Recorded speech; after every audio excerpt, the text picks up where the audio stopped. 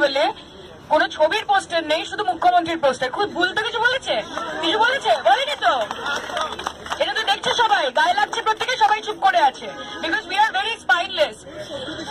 কোন সভ্যদেশে সেটা হয় না। আজকে মুখ্যমন্ত্রীকে যখন ডিরেক্টলি প্রশ্ন করা হচ্ছে যে এই বিষয়ে কিছু বলুন, উনি কথার মাঝখানে কেটে বলছেন যে this is not my subject.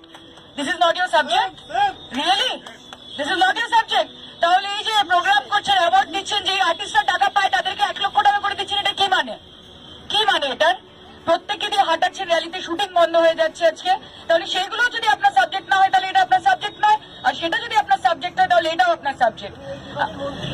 Absolutely. এবং আজকে আমরা এখানে সবাই জড়ো হয়েছে, আজকে ইন্ডিপেন্ডেন্ট ফিল্ম মেকার্স, প্রচুর চোর জোচ্চোর চারিদিকে ভরে গেছে, এবং যারা একটুখানি ভালোভাবে ভদ্রভাবে শিক্ষিত লোকজন কাজ করতে চাইছে তাদেরকে যদি এরকম ভাবে দমন করা হয়, the future is very unsafe. আজকে অভিনেতা অভিনেত্রী কলাকুশলীরা শুটিং ছেড়ে দিয়ে ধর্নায় দাঁড়িয়েছে। এর থেকে লজ্জার বোধ একটা ইন্ডাস্ট্রির কাছে আর কোনো কিছু হতে পারে না। বলে যে 12 বছরে কি হয়েছে, তাদের কাছে জানতে চাই যে 34 বছরে কি হয়েছিল। 12 বছরে মমতা বন্দ্যোপাধ্যায় পশ্চিমবঙ্গের ভোল পাল্টে দিয়েছে।